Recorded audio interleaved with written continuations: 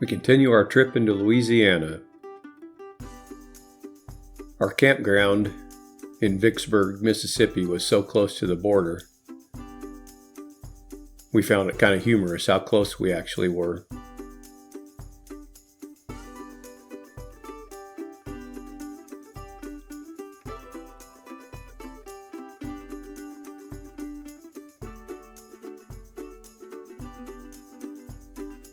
Such a short drive over across the river.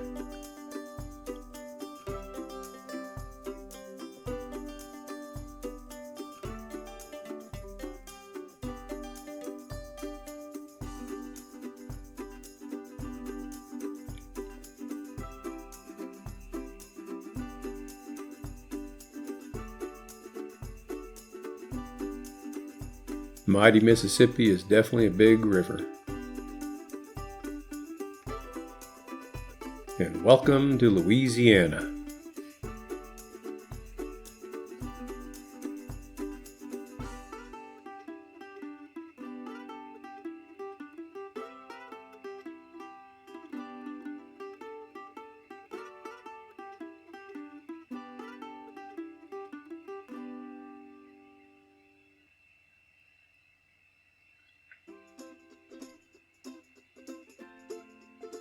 Our stop in Louisiana was the Duck Commander in West Monroe.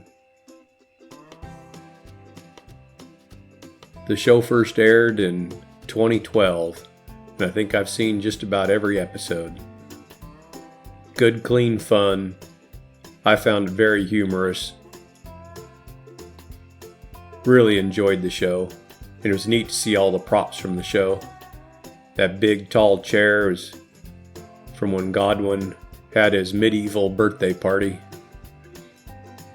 And this was one of the soapbox races with Macmillan.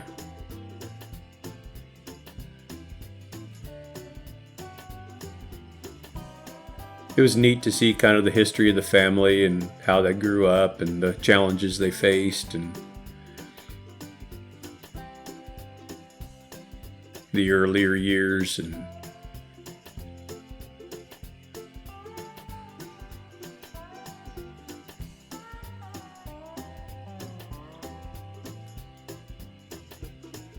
the tour's self-guided, so you do it on your own pace. So you can spend as much time as you want in areas or as little time as you want in other areas. And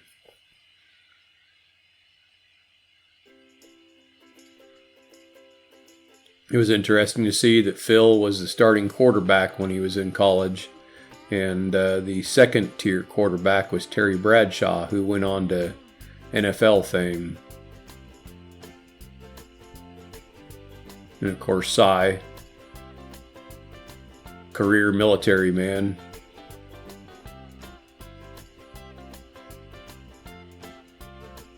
So this was the original desk and phone that Kay used in the start of the business. And this is a replica, I believe, of the shop that Phil used initially to hand build each one of his duck calls that kind of started this operation.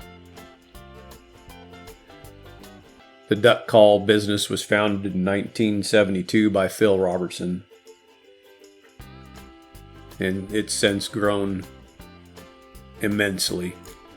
Willie Robertson taking over and being the CEO, he definitely had a business mindset and was able to take it a lot further than Phil or probably anybody else in the family would have. It was kind of neat being in these rooms and knowing this is the same building they filmed a lot of those episodes. And again, we just found the show to be very entertaining and we really enjoyed it. Kind of definitely a rags to riches story.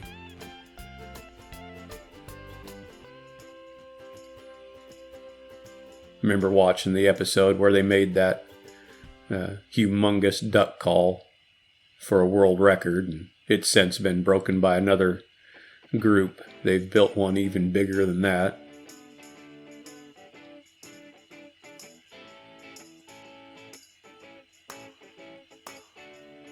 And it was neat to see all the different memorabilia from the various episodes.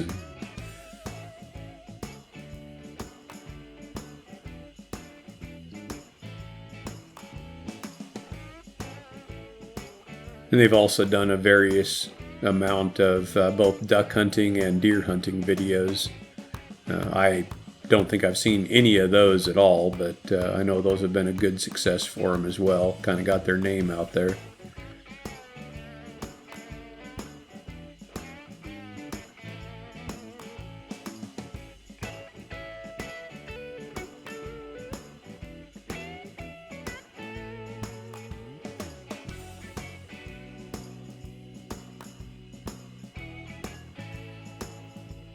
It was a fun walkthrough, and they still do business out of there, but we didn't see anybody from the show. I didn't expect to see anybody either, but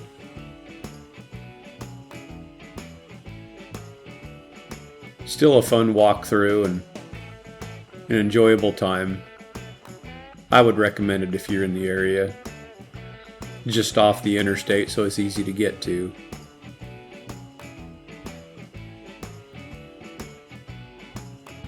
They become quite a large family.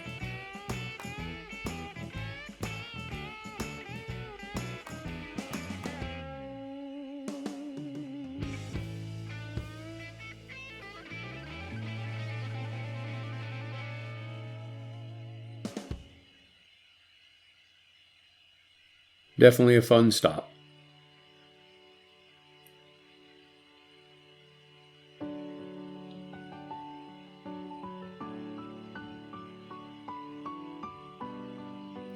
Have to say, we really didn't do a whole lot in Arkansas. Our kind of one and only stop there was in Texarkana.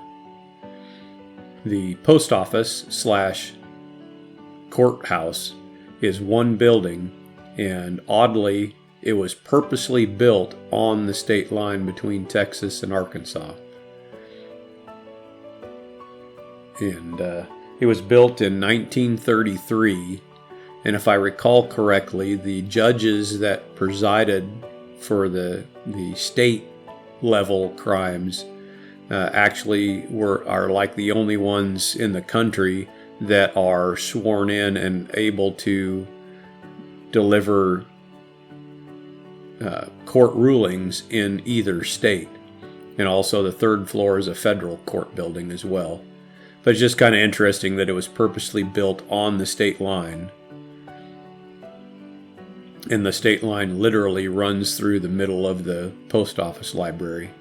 And the gal there at the post office was just amazing. She was so friendly and so nice and had so much information for us.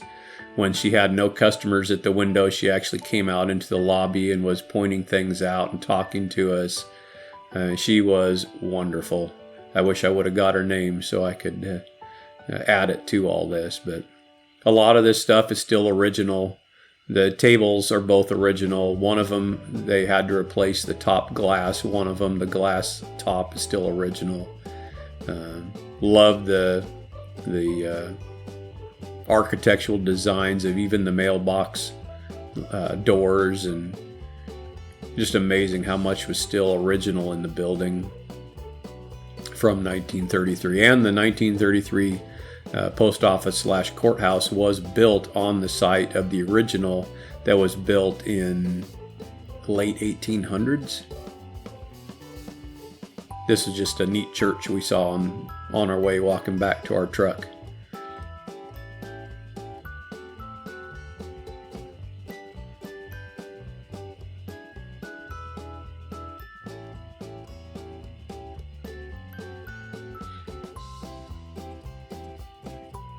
And then the unexpected.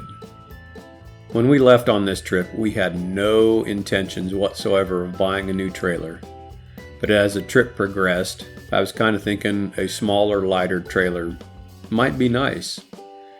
And it wasn't until Pennsylvania that we actually saw the trailer model that we ended up buying.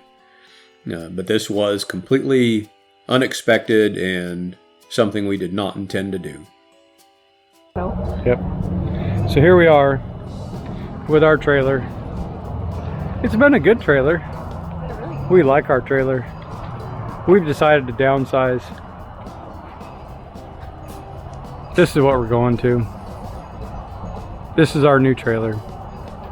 Dun, dun, dun.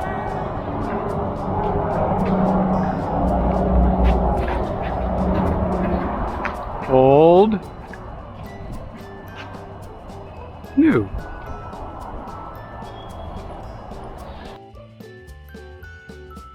We ended up buying this trailer at the RV station in Tyler, Texas. Highly, highly recommend this dealership. Great people to work with. This trailer is smaller in every dimension than our original Rockwood Mini Lite, and we thoroughly did enjoy our Rockwood Mini Lite and would also recommend it to other people as well. We just wanted to downsize. The R-Pod is shorter in full overall length. It's shorter in width. It's shorter in height. It weighs a whole lot less than the Rockwood. I mean, its gross vehicle weight is actually less than the empty weight of the Rockwood. We did lose a significant amount of fresh water. The Rockwood would hold 52 gallons, where the R-Pod 192 only holds 30, but both the gray and black tanks remain the same. We actually saw a decent change in our fuel mileage. I'd say about 1 to 2 miles per gallon better on average. The other trailer, we were kind of averaging about 8 miles per gallon, sometimes better. In this new trailer, we seem to be hovering more closer to the 10 plus miles per gallon. We've had a couple of trips that we've actually got higher than that. And the surprising thing was, even though it is a lot smaller than our other trailer, we had purchased Christmas presents for our 3 girls as we were traveling around the country, and we were able to fit everything in this new trailer. A few things had to go in the truck bed, but pretty much everything went into that trailer that we had in the Rockwood, which really surprised us. But it's got a good layout. We love the lighter cabinets. It seems so much brighter in there. The campsite window is so much bigger. We have done some mods to this trailer, and we hope to do a full walkthrough in a future video. So stay tuned for that.